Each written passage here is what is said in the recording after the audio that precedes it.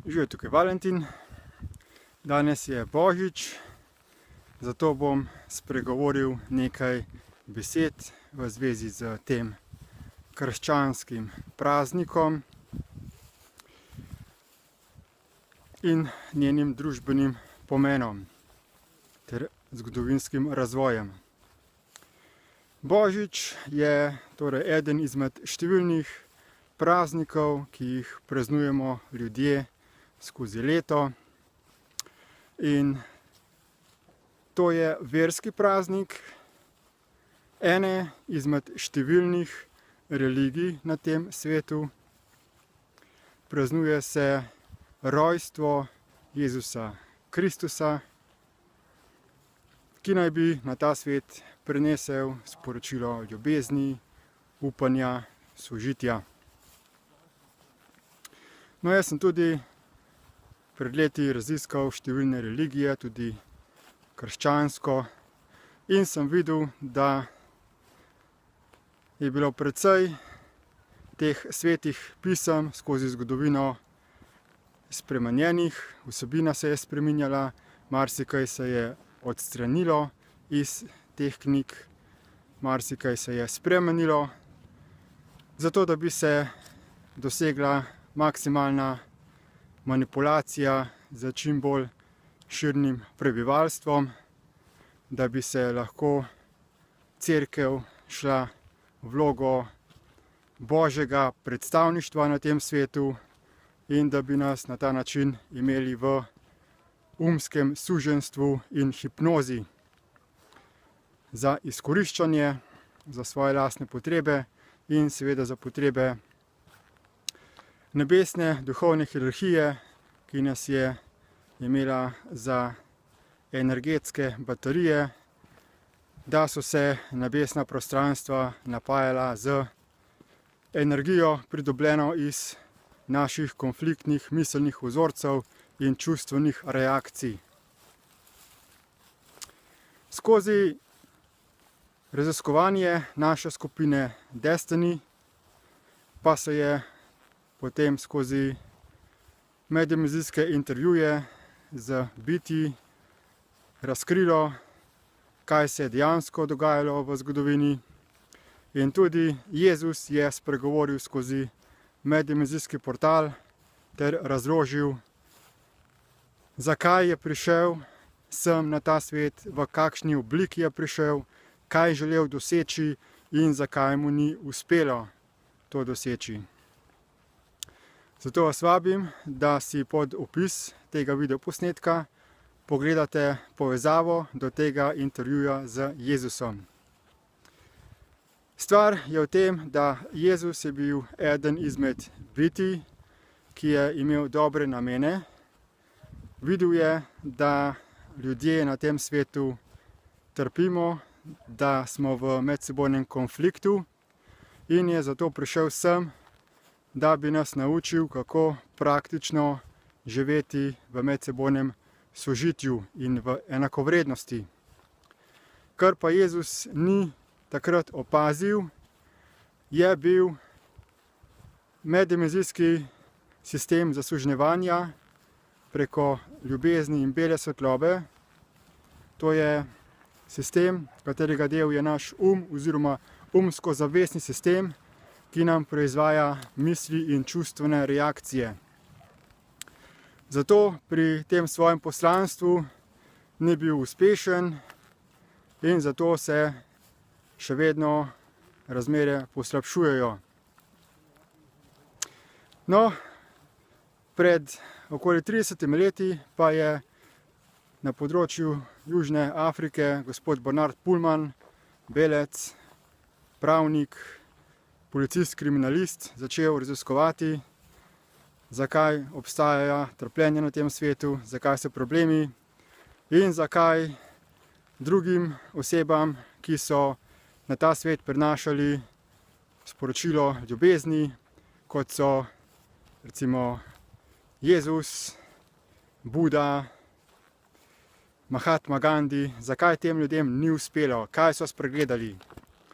In želel je zagotoviti, da ne bi ponovil njihovih napak. Zato je začel raziskovati na ta način, da je navzkrižno začel preverjati informacije in potem se je tudi leta 1998 odprl meddimenzijski portal, preko katerega sedaj prihajajo informacije o tem, kako stvarstvo dejansko deluje, kaj se je dogajalo v zgodovini in kaj lahko sedaj storimo za to, da bi zadeve na tem svetu izboljšali. Bernarda lahko opišemo kot novodobnega Jezusa, kot človeka, ki je iskreno želel, da se razmere v tem človeštvu izboljšajo, pa ne samo v človeštvu, ampak v odnosu do vseh delčkov stvarstva, da se enakovredno začne obravnavati tudi druga živa bitja, kot so živali, rastline in mineralni svet. Bernard Pullman je bil človek velikega srca. Žal je pred nekaj leti umrl, ampak raziskovanje in razodevanje informacij preko meddimenzijskega portala pa se nadaljuje. Božič kot nek praznik, ko obujamo spomine na Jezusovo rojstvo, je en dan v letu, ko se spomnimo na te vrednote in jih potem skušamo živeti, se na njih spomniti. No, eno koledarsko leto po našem gregorijanskem koledarju je časovna enota, ki je v bistvu merska dolžinska enota in je čas, ki preteče v tem času, ko se Zemlja enkrat zavrti okoli Sonca. Ampak tudi Sonce ne stoji na mestu, ampak se v razmerju do ostalih delov naše galaksije tudi premika, se vrtinči in torej naš planet potuje v obliki spirale skozi vesolje. Zakaj bi torej merili vrtenje našega planeta okoli Sonca in zakaj bi ignorirali vrtenje drugih nebesnih objektov? Zato se je tudi skozi zgodovino razvil drugačen koledar. Eden izmed takih koledarjev je majevski koledar, ki meri čas na precej drugačen način in upošteva tudi druge nebesne planete. In zakaj bi praznovali Božič samo en dan v letu? Zakaj bi se samo enkrat na leto spomnili prihoda osebe, ki je imel dobre namene? Zakaj ne bi živeli te vrednote sleherni dan?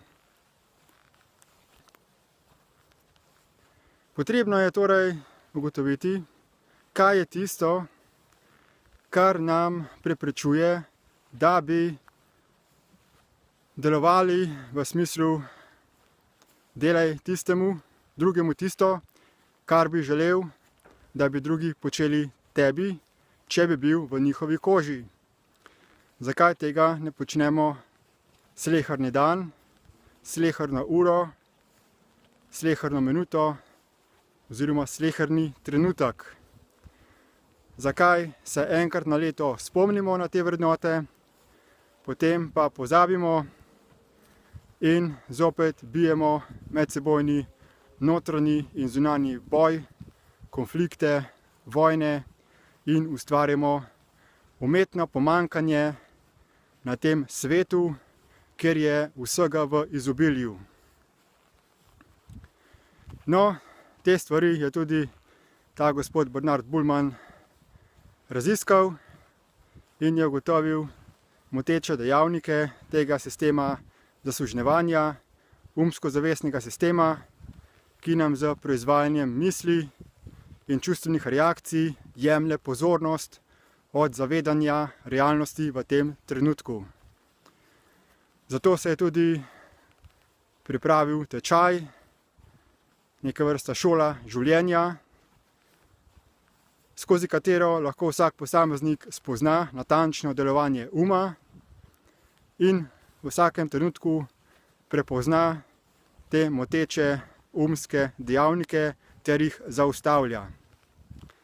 Na ta način imamo vsi možnost, da smo vse bolj v zavedanju realnosti, enakovrednosti vseh živih bitij in da se vse bolj obnašamo do drugih na spoštljiv način, da se medsebojno podpiramo.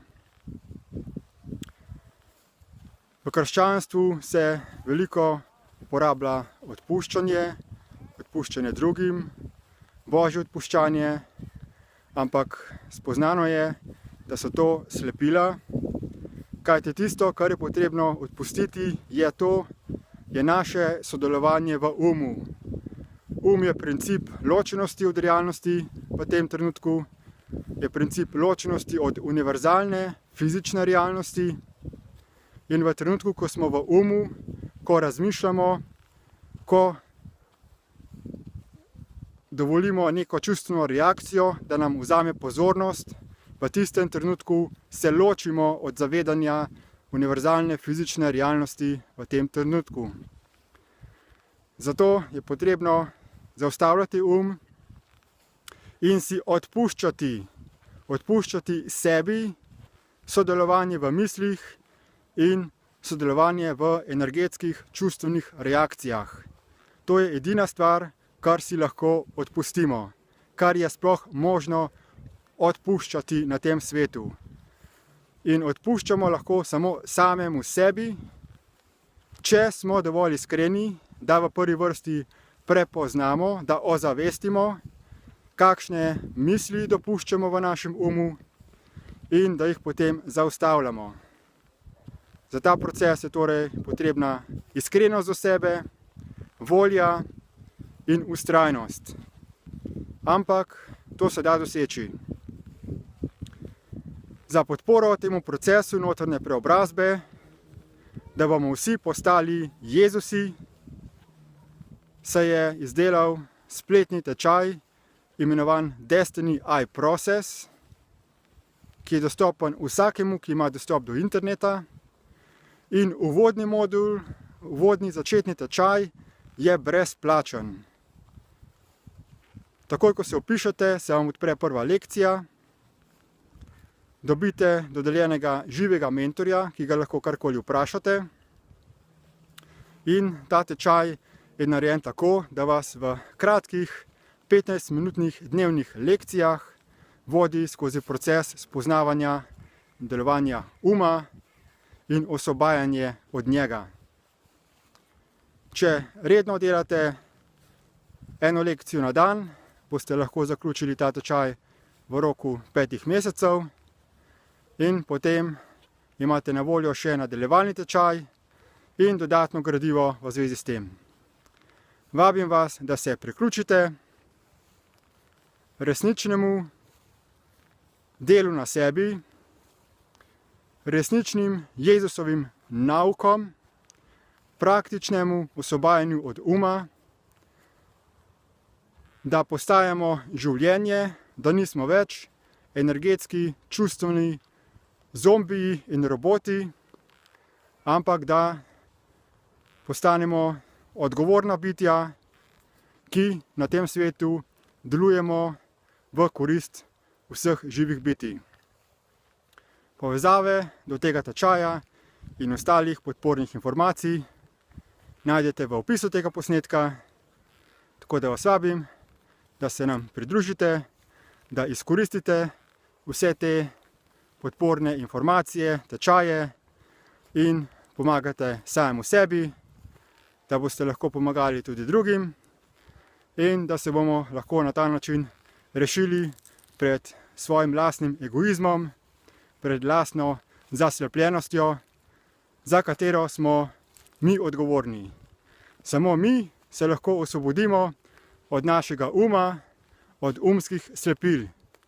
Nihče ne bo to mogel storiti namesto nas, Ne more nas Bog odrešiti, ne more nas Jezus odrešiti, lahko se odrešimo samo mi sami, ker smo mi enakovredno živo bitje, ki ima popolnoma enako odgovornost in moč kot katerokoli drugo bitje.